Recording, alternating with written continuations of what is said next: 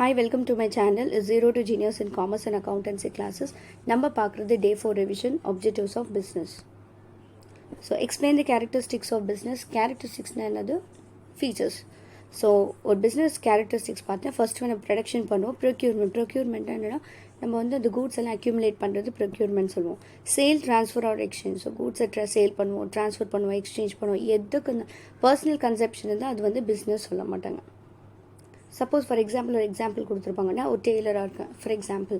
So நான் வந்து என்னோட ட்ரெஸ் எனக்காக தான் ஸ்டிச் பண்ணுறேன். That is not a business. மற்றவங்களுக்காக ஸ்டிச் பண்ணிவிட்டு நான் காசு வாங்குறேன்னா that is called as a business.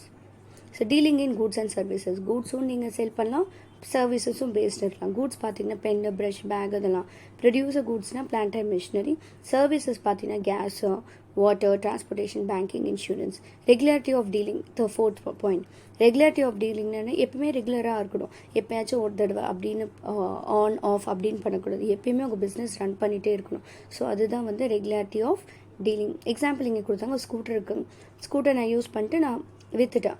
So அவ்வளோதான். ஸோ அதுக்கு மேலே நான் எதுவுமே பிஸ்னஸ் பண்ணல. That is not a business. பிஸ்னஸ்னு என்னது எப்பயுமே ஸ்கூட்டர் வாங்குறது விற்கிறது இருக்கிறது தான் regularity of dealing. Profit motive. So நம்மளுக்கு தெரியும் பிஸ்னஸில் பார்த்தீங்கன்னா மெயின் நோக்கம் என்னது ப்ராஃபிட் ஏர்ன் பண்ணுறது தான். So profit is important thing. So ரிஸ்க்கும் இருக்கும், பட் நம்ம மெயினாக என்னது ப்ராஃபிட் தான். So compare business with profession and employment. So business, profession, எம்ப்ளாய்மெண்ட்டில் என்ன வித்தியாசம் பார்க்கலாம். பிஸ்னஸில் பார்த்தீங்கன்னா எஸ்டாப்ளிஷ்மெண்ட்டு, ரிஜிஸ்ட்ரேஷன், ஃபார்மாலிட்டிஸ் எல்லாம் பண்ணணும். ப்ரொஃபஷனில் பார்த்தீங்கன்னா ஒரு சர்டிஃபிகேட் நீங்கள் வாங்குவீங்க.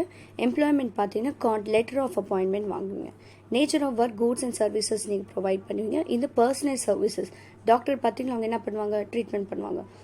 எம்ப்ளாய்மெண்ட் பார்த்தீங்கன்னா எம்ப்ளாயர் என்ன கொடுத்தாங்க அந்த ஒர்க் நம்ம பண்ணுவோம். Qualification, no minimum qualification. இதில் குவாலிஃபிகேஷன் கண்டிப்பாக தேவை. ட்ரைனிங், எஜுகேஷன் எல்லாமே தேவை. இதில் மினிமம் குவாலிஃபிகேஷன் இருந்தால் போதும். பேசிக் மோட்டிவ் பார்த்து ஏர்னிங் ப்ராஃபிட். இது ரெண்டரிங் சர்வீசஸ். இது எனக்கு சேலரி வரும். நான் ஒர்க் பண்ணுறது எதுக்கு, சேலரிக்காக.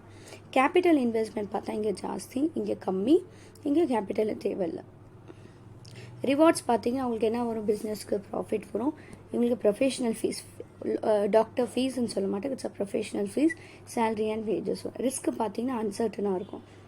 ஓகே, இதில் பார்த்தீங்கன்னா ரெகுலராக இருக்கும். இதில் பார்த்தீங்கன்னா நம்மளுக்கு ரிஸ்க் இருக்காது அவ்வளோவா, ஏன்னா நம்ம ஃபிக்ஸ்டு சேலரி வரும். Interest, transfer of interest. உங்கள் பிஸ்னஸ் உங்கள் பசங்களுக்கு நீங்கள் ட்ரான்ஸ்ஃபர் பண்ணலாம். அதே ப்ரொஃபஷன் ட்ரான்ஸ்ஃபர் பண்ண முடியாது, அது எம்ப்ளாய்மெண்ட்டும் ட்ரான்ஸ்ஃபர் பண்ண முடியாது. கோட் ஆஃப் எத்திக்ஸ், ஸ்பெசிஃபிக்காக கோட் ஆஃப் எத்திக்ஸ் இல்லை. ஸோ நீங்கள் ப்ராப்பராக உங்கள் பிஸ்னஸ் ரன் பண்ணாலே போதும். ஆனால் இதில் ப்ரொஃபஷனில் கண்டிப்பாக ப்ரொஃபஷனல் எத்திக்ஸ் ஃபாலோ பண்ணணும். அதே எம்ப்ளாய்மெண்ட்டில் பார்த்தீங்கன்னா கண்டிப்பாக rules and regulations, organisation rules and regulation follow பண்ணணும். Discuss objective of business. பிஸ்னஸோட ஆப்ஜெக்டிவ்ஸ் பார்த்தீங்கன்னா ஃபர்ஸ்ட் ஒன் என்னது, எக்கனாமிக் ஆப்ஜெக்டிவ். எக்கனாமிக் ஆப்ஜெக்ட்னா ஏர்னிங் ப்ராஃபிட்காக பண்ணுறது எக்கனாமிக் ஆப்ஜெக்டிவ். சோஷியல் ஆப்ஜெக்டிவ்ஸ் பார்த்தீங்கன்னா நம்ம சொசைட்டிக்காக பண்ணுறது வந்து சோஷியல் ஆப்ஜெக்டிவ். ஆர்கனைசேஷன் ஆப்ஜெக்டிவ்னா நம்ம ஆர்கனைசேஷனுக்கு, ஃபார் எக்ஸாம்பிள் நான் என் பிஸ்னஸ் ரன் பண்ணணும், என் பிஸ்னஸ் பெருசாக்கணும், கூட்ஸ் அண்ட் சர்வீசஸ் நல்லா கொடுக்கணும், குவாலிட்டி கூட்ஸ் கொடுக்கணும், அதெல்லாம் சொல்கிறது ஆர்கனைசேஷன் ஆப்ஜெக்டிவ். ஹியூமன் ஆப்ஜெக்டிவ்னா என்னோட ஹியூமன் பற்றி, என்னோட எம்ப்ளாயீஸ் பற்றி நான் யோசிக்கிறது. லைக் டிசேபிள் பர்சன், அவங்களுக்கெல்லாம் நான் வந்து ப்ராப்பர் எஜுகேஷன் ட்ரைனிங் கொடுக்குறது வந்து ஹியூமன் ஆப்ஜெக்டிவ். நேஷ்னல் ஆப்ஜெக்டிவ் என்னென்னா நான் என் கண்ட்ரிக்காக யோசிக்கிறது நேஷ்னல் ஆப்ஜெக்டிவ் சொல்லுவாங்க.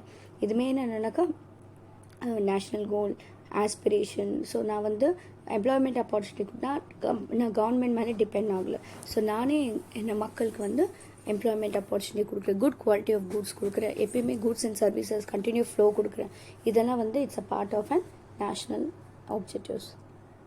ஸோ அவ்வளோதான். நெக்ஸ்ட் வீடியோவில் பார்க்கலாம். இந்த வீடியோ உங்களுக்கு பிடிச்சிச்சுன்னா லைக் பண்ணுங்கள், ஷேர் பண்ணுங்கள், சப்ஸ்கிரைப் பண்ணுங்கள், மற்றவங்களுக்கும் ஷேர் பண்ணுங்கள். Thank you all.